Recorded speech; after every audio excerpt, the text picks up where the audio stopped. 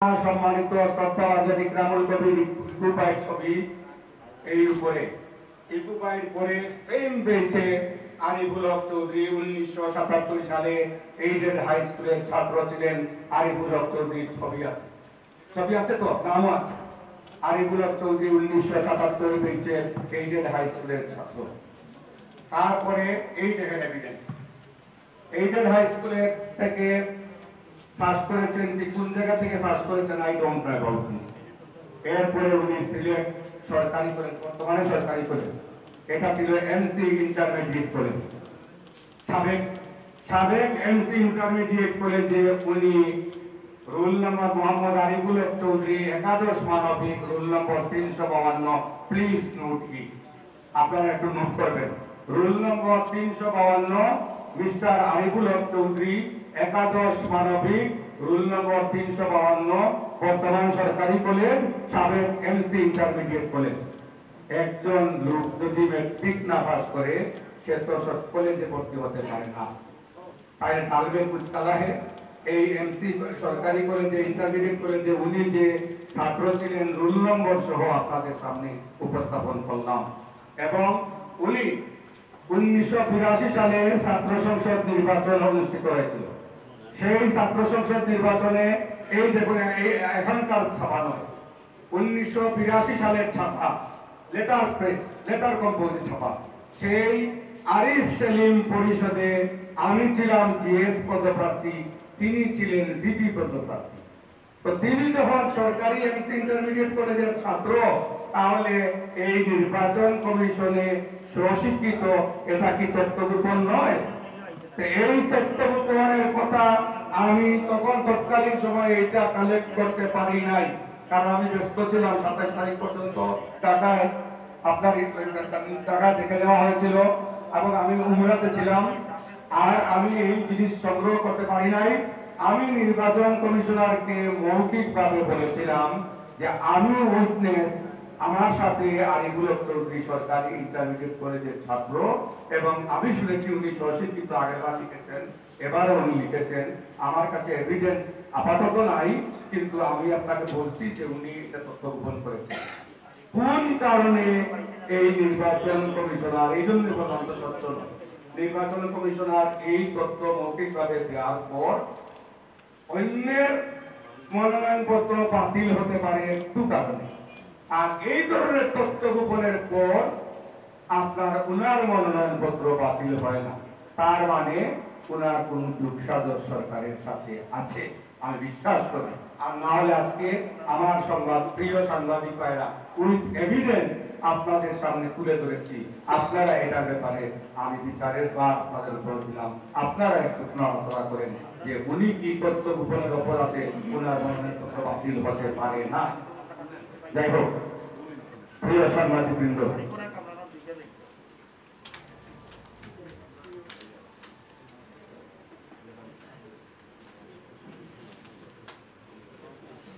আমি আপনাদের মাধ্যমে অত্যন্ত বিনয়ের সাথে বলতে চাই, এটা আপনারা দেখেছেন, আমি আর এখানে লম্বা করছি না, পত্র পত্রিকায়, সিলেটের ডাক, জাতীয় পত্রিকা, সব পত্রিকায় এসেছে। আপনাদের মাধ্যমে বিনয়ের সাথে বলতে চাই, সাবেক মেয়র ফজলুদ্দিন আহমেদ কামরান, সদ্য সাবেক মেয়র আমার বন্ধু, একসাথে লেখাপড়া করেছি, আরিফুল হক চৌধুরী মহোদয়, আপনারা জানেন ওনাদের আজ থেকে 15 বছর 20 বছরের অবস্থা আপনারা নিশ্চয় জানেন। এখানে সব পুরনো, আর বাকি হতো ইয়াং সাংবাদিক। 15 বছর 20 বছর আগের অবস্থা আপনারা একটু খবর নেন। এই ফজলুদ্দিন আহমেদ কামরান, সদ্য সাবেক মেয়র আরিফুল হক চৌধুরী মহোদয়ের গিন্নি সহ এত সম্পদের মালিক বনে গেলেন কোন জাদুর মন্ত্রে। পত্র পত্রিকায় এসেছে, ওনারা নিজেরা স্বীকার করেছেন ফলকনামায়, এক একজন 100 লাখে 1 কোটি, এক একজন ব্যক্তি 200-250 কোটি টাকার স্থাবর অস্থাবর সম্পত্তির মালিক হয়ে গেছেন, নিজে স্বীকার করেছেন, অন্য কেউ নয়। ঠিক কিনা আমি প্রশ্ন করছি না, আপনারা পত্রিকায় লিখেছেন।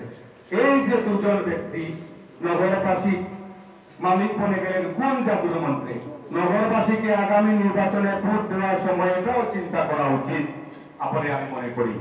সাবেক মেয়র মহোদয়গণ এবং তাদের গিন্নিগণ নিজেদের সম্পদের হিসাব হলফনামায় উল্লেখ করে আমি মনে করি এই শাহজালাল শাহপুরান 360 আউলিয়া ভূত পবিত্র পুণ্যভূমির মানুষকে পরিহাস করেছে।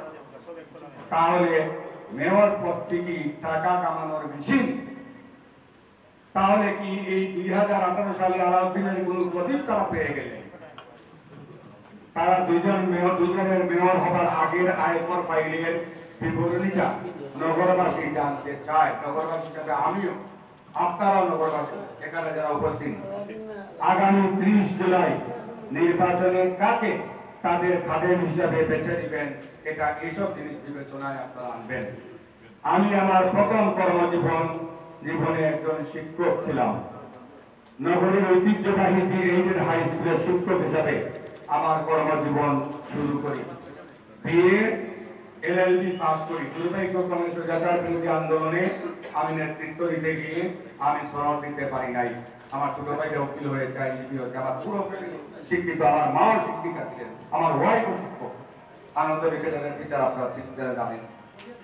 তো এই হিসাবে আমি এই আপনার পত্রিকায় দেখেছেন যে 9 জন মেয়র প্রার্থীর মাঝে সবচেয়ে স্বল্প আয়ের একজন সজ্জন মানুষ আমি আপনাদের সহযোগিতা চাই এবং দেশ ও জনগণের খেদমতে নিজেকে নিয়োজিত করতে চাই। প্রিয় সাংবাদিক বৃন্দ, আমার শেষ পর্বে আমি এসে গেছি।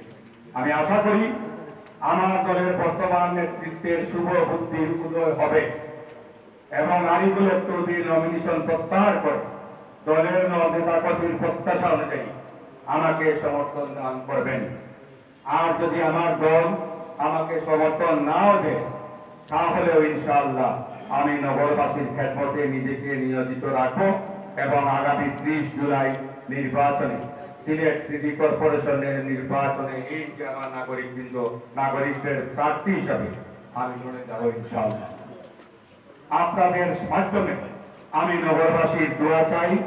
হযরত শাহজালাল রহমতুল্লাহ আলাইহি, হযরত শাহফরান রহমতুল্লাহ আলাইহি ও 360 আউলিয়ার পুণ্যভূমিতে বর্তমান সরকার তাদের চিরাচরিত পন্থায় নির্বাচন না করে এই পবিত্র ভূমিতে অন্তত ফ্রি এন্ড ফেয়ার নির্বাচনের ব্যবস্থা করলে দেশের বিভিন্ন নির্বাচনে স্বতন্ত্র প্রার্থীরা বিজয়ী হওয়ার যে নজির রয়েছে